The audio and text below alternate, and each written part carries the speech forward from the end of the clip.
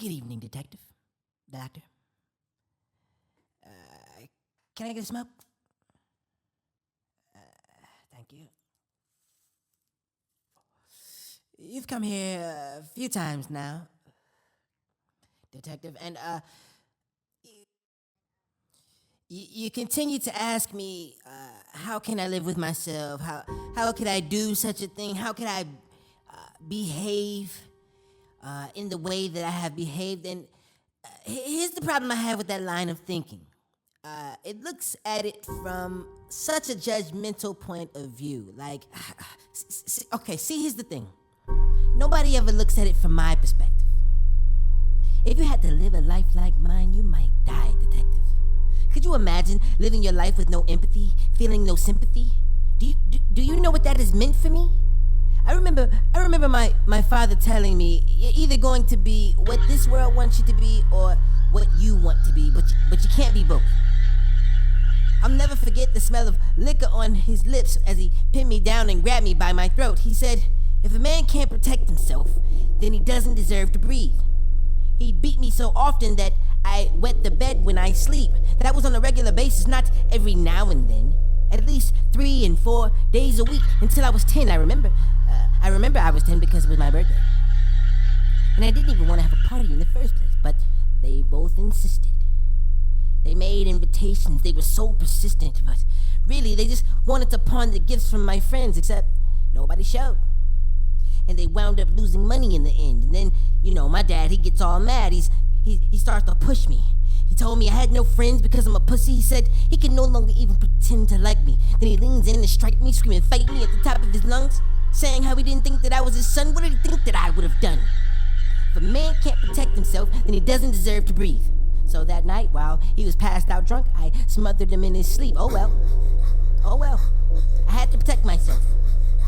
That was just self-care. I couldn't continue to neglect myself. That wouldn't have been fair. But after that night, my mom was never the same. I received all the blame for the years of torment and pain.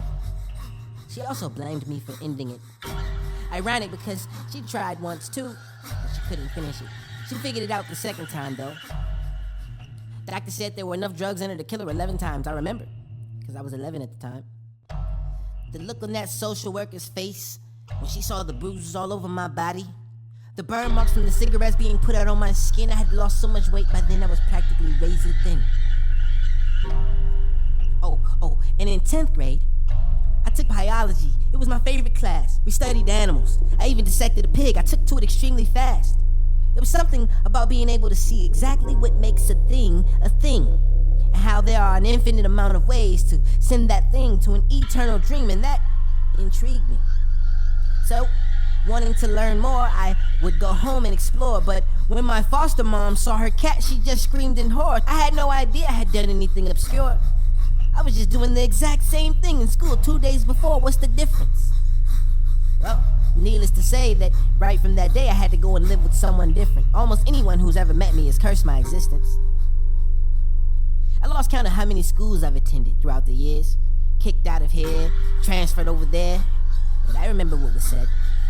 How there's evil in my soul, how there's demons in my head. I was mostly by myself up until 8th grade. Never really fit in with the children as they played. They'd say, he can't play, he's too stupid to understand the rules anyway. But I understood the rules. That if you're not cool, the kids would get cruel. Faculty had no control over those schools. Though, it was one teacher that didn't always try to control me. Didn't live to just scold me. She loved me.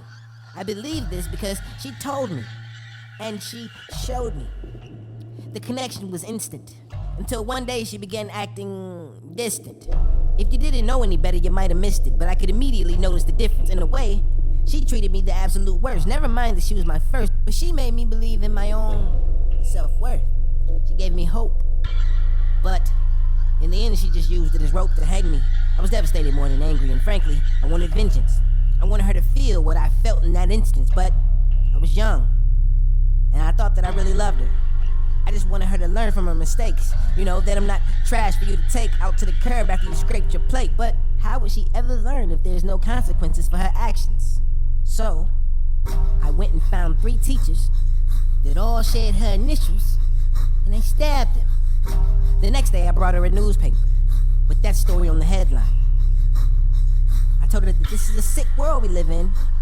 Please, be safe. Make it home by bedtime. And can you believe that bitch turned me into the police? I did her a favor, and this is the thanks that she shows me. How was any of this my fault when she chose me? But hey, you live and you learn. For whatever reason, the police didn't seem overly concerned. I answered a couple questions, and back to school I returned. Later on, I found out that they thought that those murders were unrelated, and in each of those cases, they blamed the person that they were dating. After that, though, she transferred schools. She must have changed her name because I couldn't find her. But every year on her birthday, I always made a point to send her a nice reminder. You know, in the news.